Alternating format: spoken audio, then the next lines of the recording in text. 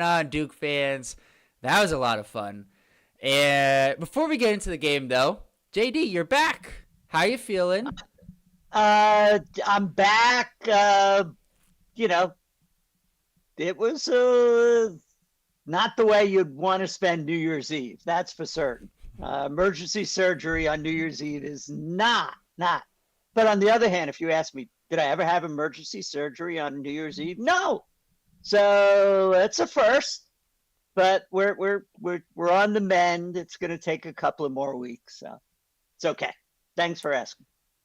Absolutely. I'm sure lots of people, lots of our listeners, more than I gave credit to, are very curious. They're concerned about you. So, I'm glad personally, obviously, but I'm sure they'll be glad as well that you're doing a little bit better.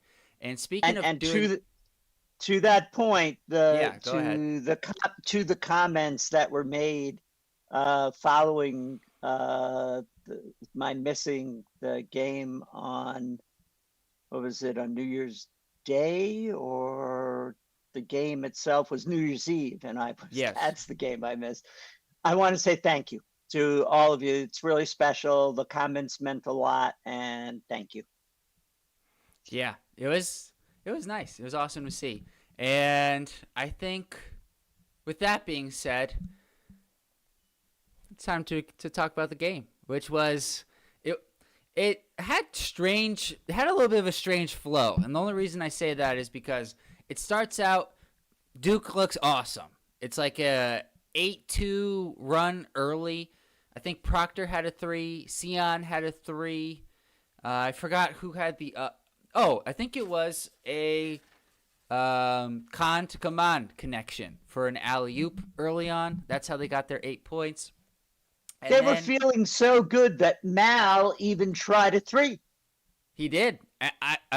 Listen, I'm all in favor of Mal shooting threes. I think the guy can shoot the ball, and it looked good. He missed it, but to your point, that's how good they were feeling, is he was willing to attempt it. They finished that first segment up 8-5. Pittsburgh hanging in there, and then the second segment is where things kind of went. I don't want to say awry. I think that's too far, but they didn't go to plan. Let's just say that. Duke, after starting off, I think it was 3 for 3, then goes on a 1 for 13 stretch. And listen, like, sometimes you can credit the defense. I think Pittsburgh's defense was okay. I would say of the 13 shots, there's like one Isaiah Evans layup that I was like, yeah, that probably wasn't a great shot. But other than that, I was like, for the most part, these are good shots. They're just not falling right now. And you texted and you said, I think they're going to start falling. It was a 12. Pittsburgh did take the lead, 12-11. Well, yep. But you said, the shots are going to start falling. Now, the key point in that segment was Cooper Flagg picking up 2 quick fouls, which I'll get to later what I thought of the refs today. But I will say I did think both of those were fouls on Cooper. And how did Duke respond? Well, the same way they have in the past when Cooper Flagg's been in foul trouble, really well, led by Mason Gillis, who has been playing really well lately. And he had key minutes in the. It was kind of surprising how little amount of time Cooper Flagg was out of the game with 2 fouls with 12 and a half minutes to go. But Mason Gillis in that like 5 or 6 minute stretch had 5 points. He hit a 3-pointer. He had a nice drive to the basket. And it was really important because Duke's offense was very stagnant during that time of the game. So at the end of the third segment, it was 18-14. They'd come back. But this was a game of where many of the Duke offensive players had their moments. And I don't mean individual moments. As you mentioned, Mason Gillis, quick 5 points. And then in the closing segment, the next segment, one. Oh, yeah. Next one is when K2 just like goes, excuse me, can I have the ball? And he hits 3 out of 3 threes during that segment. And so that was his segment. So Yep. Gillis had the second segment, and K2 had the third segment. The third and the fourth, because the second one wasn't good for anybody. And then this kind of the same thing happened, quite frankly, in the last segment of the half, and it wasn't good. It wasn't good for either team. Neither Pittsburgh nor Duke really closed that first half well. I think Duke technically won that segment like 5-3, but there was a lot of turnovers. There was just missed shots. It wasn't a pretty way to close the half. Except, Go ahead. the one thing that we could rely on throughout the season is that it's like, how are we going to get our points, offense? Our defense. It is just sick. I mean, the score at the end of the half was 34-24. Pitt scored 24 points for the half. I mean, this is like, and I don't know whether Coach Shire said to him, they're not going to embarrass us in our house again, with what's his name on the table. Hinson. He deserved it. We've talked about that many times last year, that Hinson going 7 for 7 from 3-point range and winning the game. Yeah. He deserved to give it back to the Cameron Crazy. So that was the first half.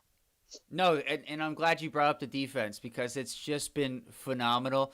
And just to add to your point, Pittsburgh had been averaging over 80 points per game on the season. So to hold them to 24 points in the first half is just insane. And then on your theme of kind of each, guy having their own moment of the game, I think I can't. It's hard. I've been trying to wait to get to this point, but clearly the first 5 minutes or 4 minutes of the second half was the Cooper Flag show, and you could kind of see it building, because once that second half started, Corey Alexander and Dave O'Brien doing the game, I think they're a great combination. Especially, I love when Corey's doing ACC games. That's, I think, what I've come to the conclusion of, because he really knows the ACC like no one else.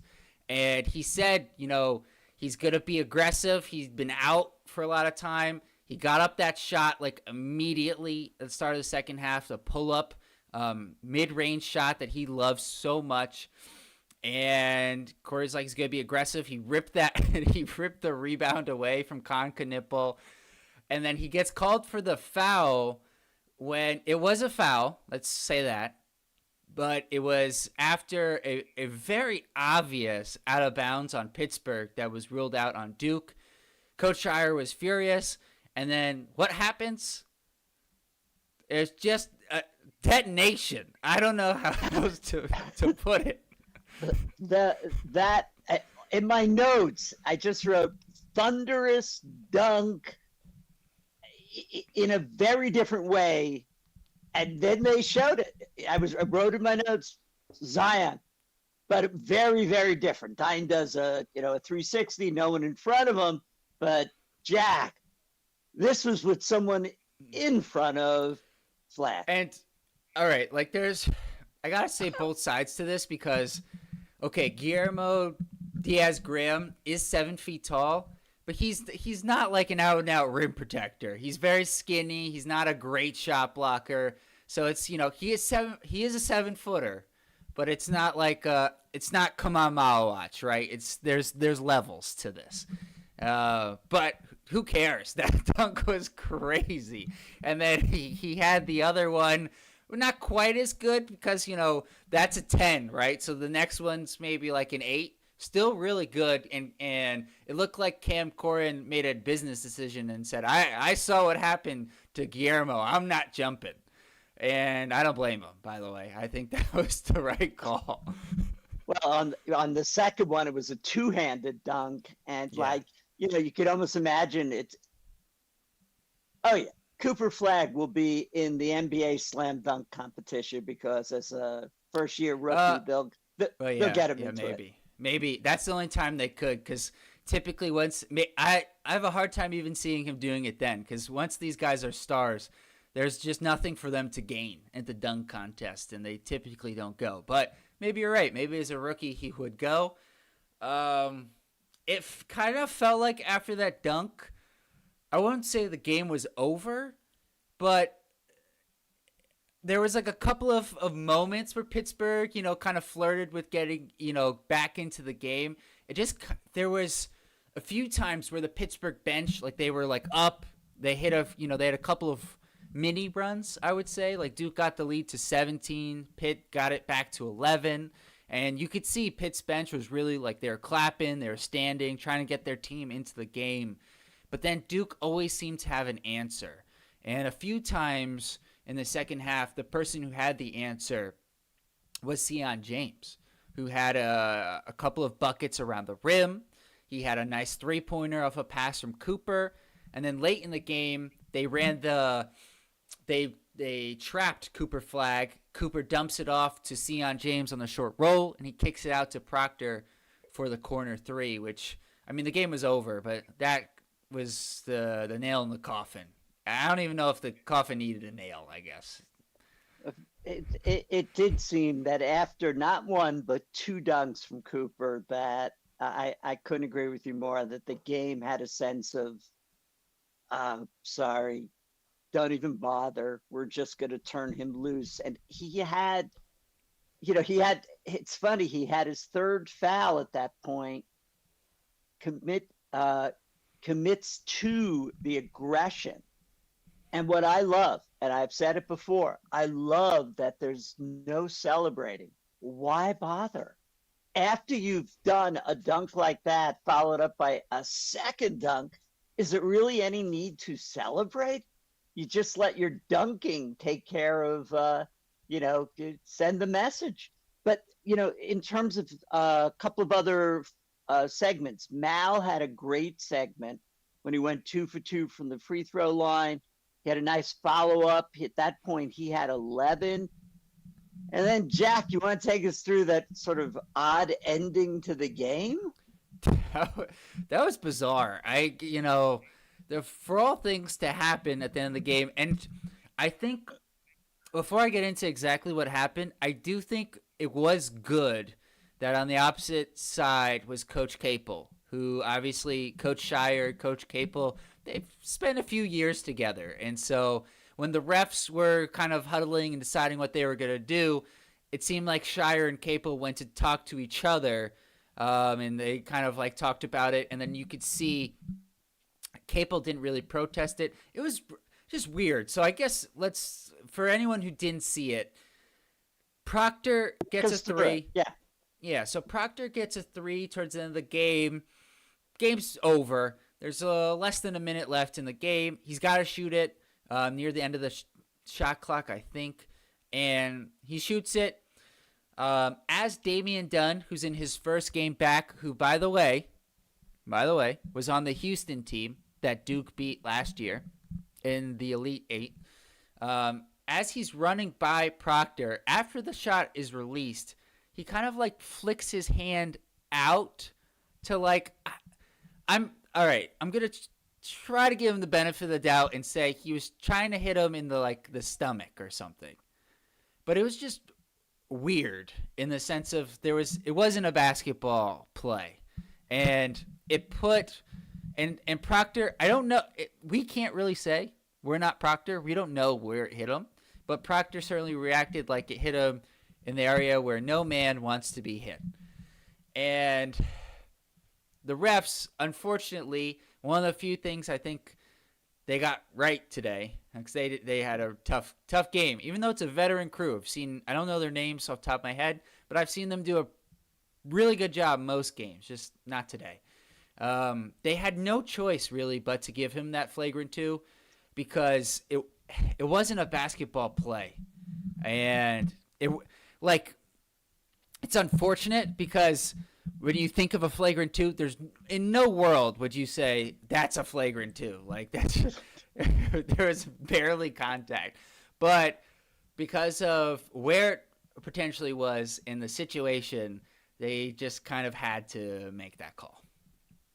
Well, and I also think that on the the camera angle from when he initially took the shot, and then I was like, I don't know what happened. He was on the floor like he was trying to sell something, and so I didn't think it was much of anything. Then they gave you a different camera angle where you actually see him, the defensive player, go out of his way to initiate contact. And Corey Alexander was completely right about this, saying it's not where you would normally call a flagrant two, but if you don't call a flagrant two here, then are you setting a precedent that it's okay to hit a player while he is in his shooting motion? And so it was just, and, and I believe if you go to the replay and take a look at it, you do see the coach of Pitt, Capel, say he makes some sort of motion like he's out. Yeah, You yeah, know, yeah. he knew it Yeah, immediately. He wasn't arguing. He wasn't doing anything. So yeah. It was, as you said, just an odd way to end that game. Because look, it was a battle of two teams who came into this game undefeated in ACC play. I think Pittsburgh is the third best team in the conference. I have them behind Clemson, which I think is outside North Carolina games because it's North Carolina, Wake Forest, NC State. Those have a little bit extra.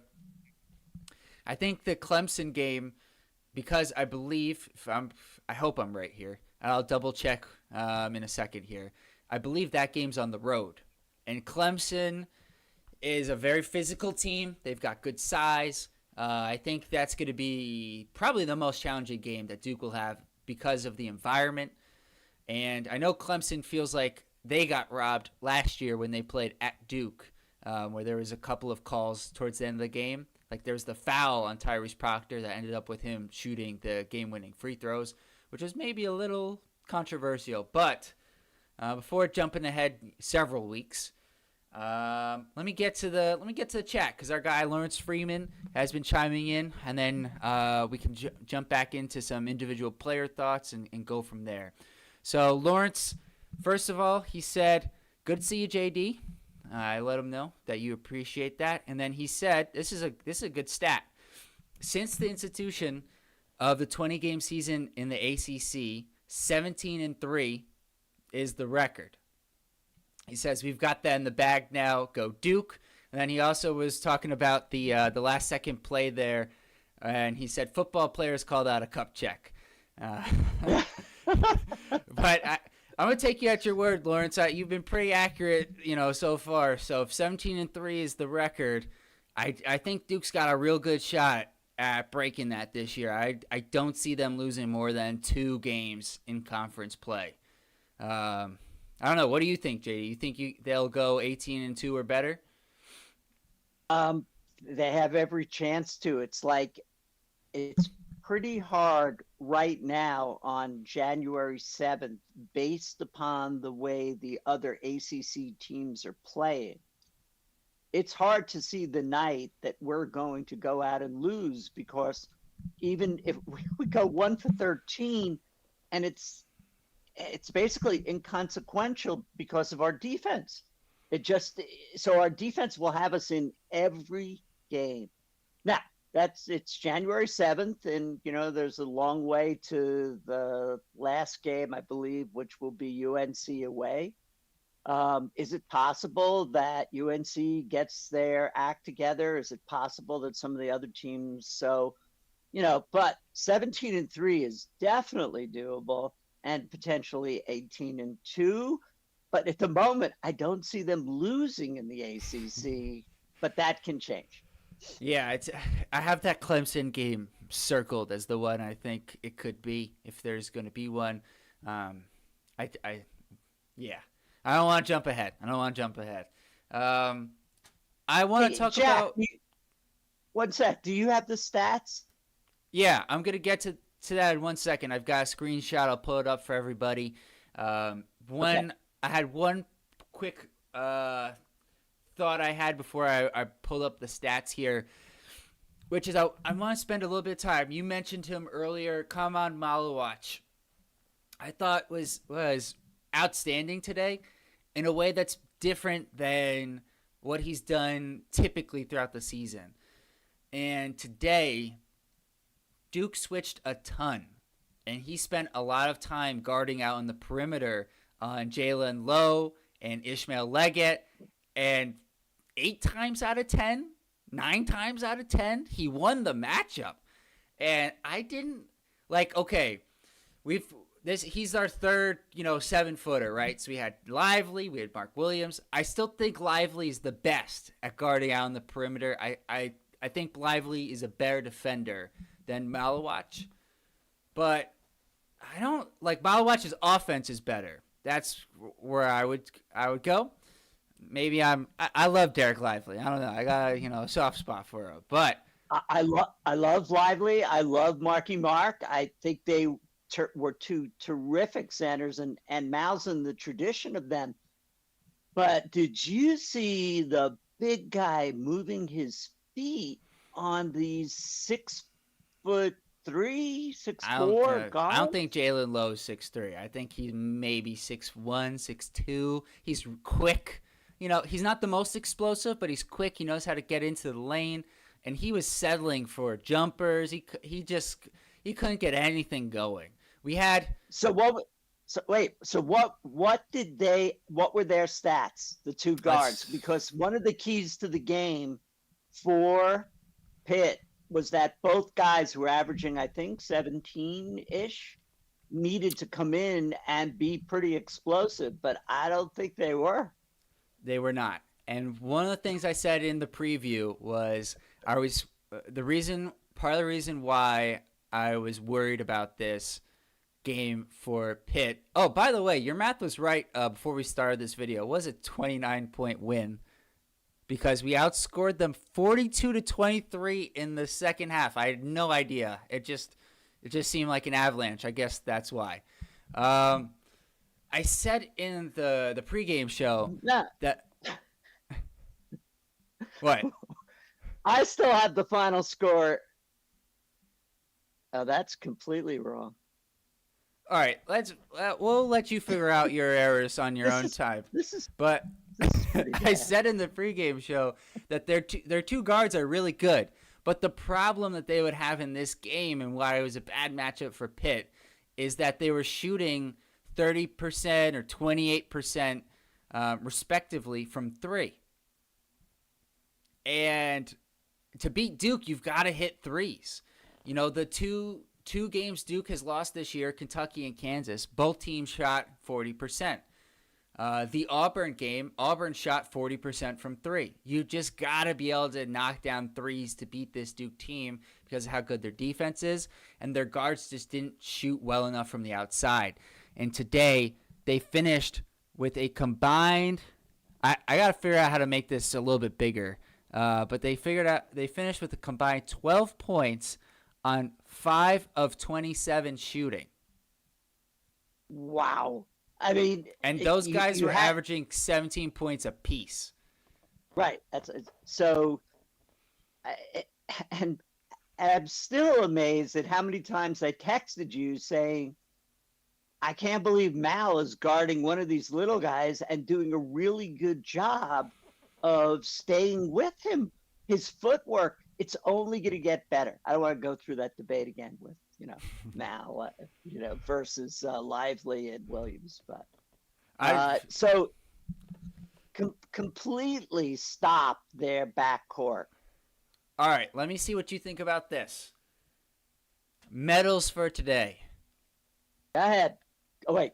I'm asking you. So gold medal, Jack. Gold medals, Cooper Flag. Let's move on. Okay. Silver. This is where things get, there's more debates can be had. I'm going with Con Knipple. The reason being is because I think the 3 3-pointers he hit, not in a row, but in that segment, were really important for this Duke to get this type of win, because if that doesn't happen, I think this is a much closer game, and I think it changes the whole complexity of the game. So it's not necessarily I can go with that. Yeah, it's not necessarily about, he was our second leading scorer. He had 17 points in this game. It's not necessarily about the total number of points, but the timeliness of when he got those threes. And then all right, Bronze. This was really tough. Come on, Malawach. I thought his defense was awesome. And the reason why I say it was tough is I thought Sion James was also excellent today. I think those four, there's a clear separation. I know Proctor got some buckets late. I thought his defense was good, but I felt like offensively, until the end of the game, he kind of like blended in, whereas we've seen him be a little bit more aggressive.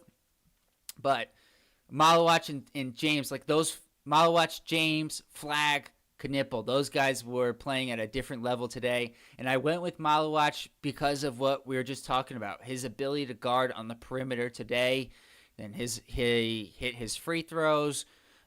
He had a couple of dunks, and he's still a deterrent around the rim. I thought he was excellent. I thought Sion James is the clear, honorable mention, I guess. He was really good again today, both defensively and offensively. And Duke has been really good all year, but they have been great to elite since Coach Shire swapped Foster and Sion James. And Sion James has been, I don't really know what word I would use to describe him in terms of his impact. I was thinking of a couple words. They weren't great. I didn't want to use one I would make regret later. But he's just been awesome. I'll leave it at that. So I will say this was the only thing that Corey Alexander may have gotten wrong. Now I'm going to say he got this wrong. I know where you're going. Because he said that Sion got swapped in for Foster, and it wasn't that Foster was doing anything wrong. And yet you remember the chatter and the discussion and the articles and everyone saying, why are we continuing to start this guy? He is not rising to the moment. Forget the articles. We were saying it. We had plenty of people commenting, saying it. I was, Caleb Foster, he's got a huge year. That's what I said this, before the season started. I was wrong. But thankfully, we've got Sion James, and it doesn't matter so far. Today, outside of Mason Gillis, the bench wasn't great. I'm going to spend a couple minutes nitpicking here on a game that we beat the third best team by almost 30 points. But I think that's part of our job, where we'll just call it how it is. So the bench wasn't great. I thought Malik Brown was solid, not spectacular. Evans, he just missed his shots. It's just kind of his role on this team. Some games he'll be hot, some games he won't. And he's not going to get a ton of minutes for him to work his way into a rhythm. And then Foster, I just didn't think much. Not good or really bad. I just thought he was kind of out there. It was kind of my sentiment. Out there, meaning that he was not really in the game mentally, which is what I thought. I also thought that he was out there, meaning he was just on the court but wasn't adding much to this victory. The latter was more where I was going than the former, but there certainly was a play where I think it was Cummings who had by the way, I know Cooper Flagg had the highlight dunks, but Cummings had a sick layup where he goes up with the right, Cooper's coming, he switches hands to the left. I mean, that was impressive. But there was a play where Foster just completely lost him, and he had a wide open three. Just one more. I cut this off at the bottom of my screenshot here, so I apologize to all of our watchers here. But Duke shot 20. So Duke shot 50% from the field, 26 of 52, 11 of 20 from three. Just crazy. The only area where they really struggled today was turnovers, which was the one thing that Cooper Flagg did not do well today. They credited him with 3. I think he could have had more. I think a couple of those went to like Malawach or I think it was Sion James, or I think you could have maybe credited those instead to Cooper. And then he also, I don't know, everyone knows it, but his spin move, he also lost it at least once, maybe twice on that spin move as well. Nitpicking, right? But I think it's important because, as you like to say, we're playing these teams in the ACC right now, but we're trying to be ready for the teams in the SEC and to a lesser extent the Big 12 and the Big 10. And so it's important that we don't pick up any bad habits as we're playing against teams where maybe for now we can get away with them. It was interesting on the turnovers. Throughout most of the first half, it was very low. It was around 2. And then all of a sudden, and the score, when we were up by 17 and then it went to an 11-point lead, you could see the turnovers starting to mount. And that is something that Shire, that they will be watching film on this. But I don't know. It's certainly going to be a wonderful rest of this year to be able to watch Cooper Flagg. And so just a couple of quick observations. So one, after the 2, great line, Corey Alexander. Are you not entertained from Gladiator? Wait. Just before you go on, I want to set that up because he was saying how he was in some text threads or text chat groups, whatever. That's horrible. Yes. With some of other basketball people who were saying, they're not sure. By the way, I made this point the other day since Cooper Flagg has turned 18 after his 18th birthday game with Georgia Tech, he's been on a whole nother level, and which for him is kind of insane.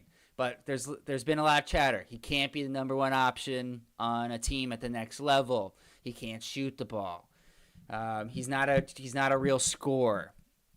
And Corey was saying, if you're leading the team in all 5 categories, right? I mean, so if you're scoring, rebounding, steals, assists, and blocks, and they were trying to figure out, can he finish the year leading in all 5 categories?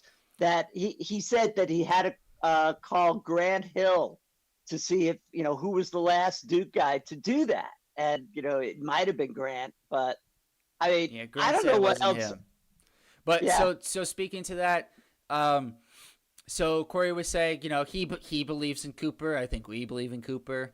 I think at this point, as Dave O'Brien chimed in and said, what more does he have to do for you to believe in Cooper?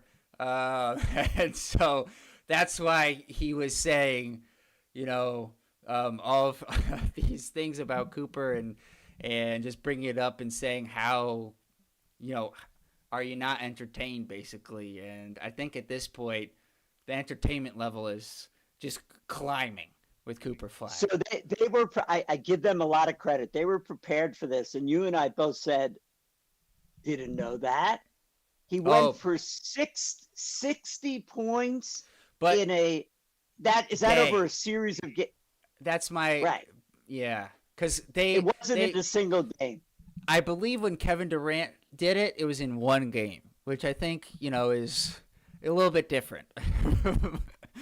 But because they were like, they tried to make it seem like it was the same thing, but I was like, it's very interesting how they worded it as in a day versus in a game.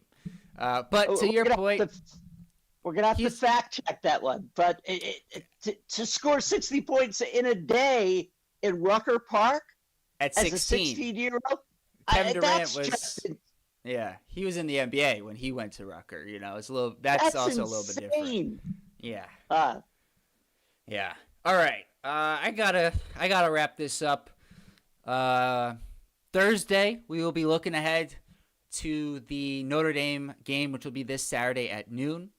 Notre Dame, I said this about Georgia Tech, didn't pan out great. We ended up winning that game pretty handily, but Georgia Tech has done pretty well since then.